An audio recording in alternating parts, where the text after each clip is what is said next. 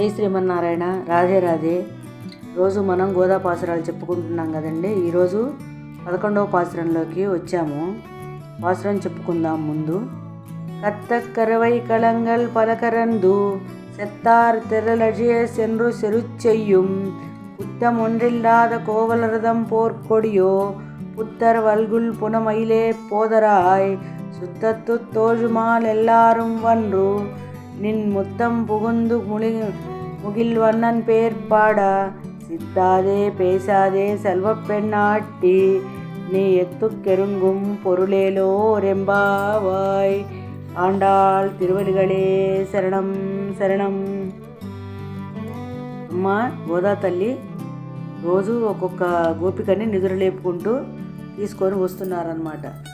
వాళ్ళు ఎట్లా వచ్చారు ఏంటి అనేది ఈ పాసురాల్లో అమ్మ చెప్తున్నారు. అంతకుముందు పాసురంలో కూడా గోపిక నిద్రపోతూ ఉన్నది, ఇట్లాగా ఆమె యోగ నిద్రలో ఉన్నది అని చెప్పారమ్మ.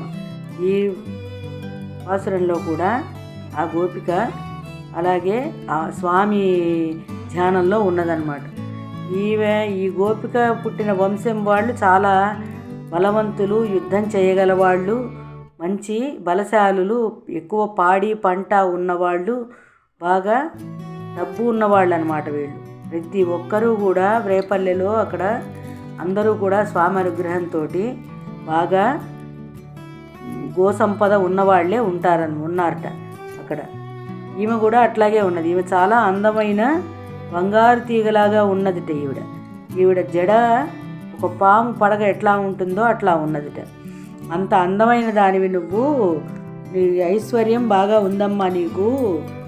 నీలమేఘ ఛాయ ఉన్న స్వామి నీ దగ్గర ఉండి ఇట్లాగూ మాతోటి రావటం లేదు. నువ్వు గనక లేచి వస్తే మనం స్వామి దగ్గరికి వెళ్ళి మన గోష్ఠి జరుపుదాము.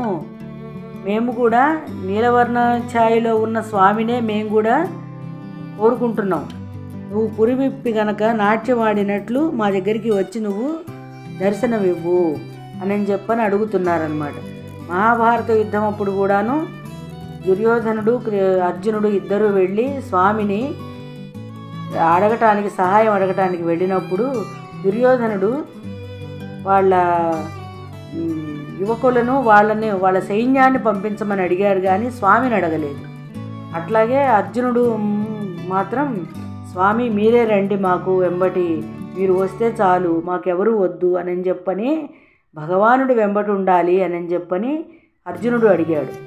ఎందుకంటే ఎక్కడ ధర్మం ఉంటుందో అక్కడ నేను ఉంటానని చెప్పని కృష్ణ పరమాత్మ చెప్పారు భగవద్గీతలో.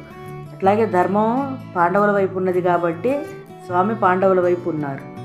ఆయన సైన్యాన్ని అంతాను దుర్యోధనుడికి ఇచ్చి పంపించారనమాట. ఈమె కూడా అటువంటి బాగా బలవంతులైన సైన్యం ఉన్న యువకులు ఉన్న వాళ్ళ ఇంట్లో పుట్టింది.